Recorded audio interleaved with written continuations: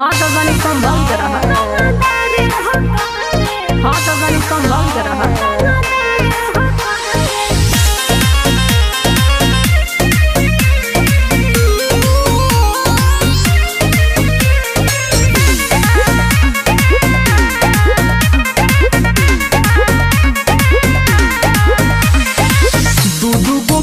जब देखेलू हाथ में तो काहे पूछेलू कि कौन हवा जात में। अरे तो बताव। बोला दूधू को काटा जब देखेलू हाथ में तो काहे पूछेलू कि कौन हवा जात में।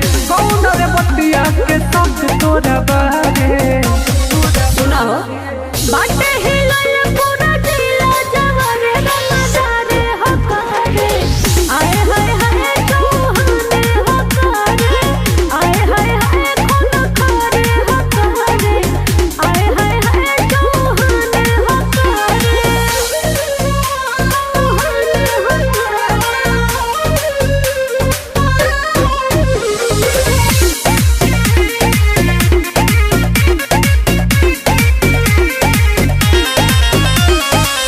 जाई जहाँ तही न सारा लोग ताके।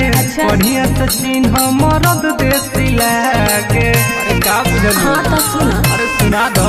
पाव सहारा में बाटे हाथी के दूध पिया तो हो बोल काटी के।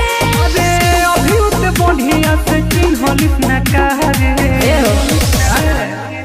बाटे हिलल पूरा जिला जवारे रमजारे हकारे आए हाय हाय चौहाने हकारे आए हाय हाय खून खारे हकारे आए हाय हाय चौहाने हकारे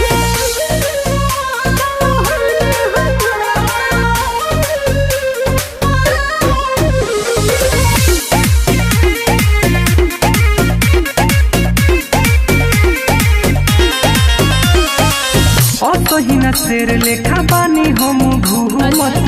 धरती पर कोइल चाहतानी अब हुकूमत। अब तो बनी संभल। अच्छा और जे संग